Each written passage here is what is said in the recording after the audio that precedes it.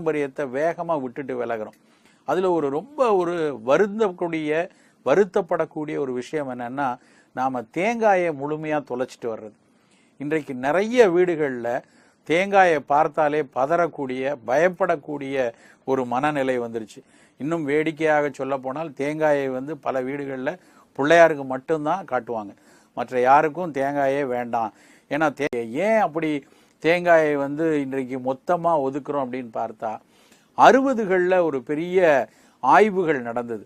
அமெரிக்க அரசாங்கம் நிறைய அவர்கள் உணவு வணிகத்தில் சில தாவர வித்து எண்ணெய்களை முன்னிறுத்துவதற்காக, சோயா எண்ணெய், சாய்ஃப்ளவர் எண்ணெய், கனோலா எண்ணெய் எல்லாம் முன்னிறுத்துவதற்காக, அவற்றினுடைய நல்ல குணங்களை நிறைய விளம்பரப்படுத்துவதற்காக ஆல்ரெடி மக்கள் பயன்படுத்தி வந்த சில எண்ணெய்களை புறக்கணிப்பதற்கு மனதளவில் அவர்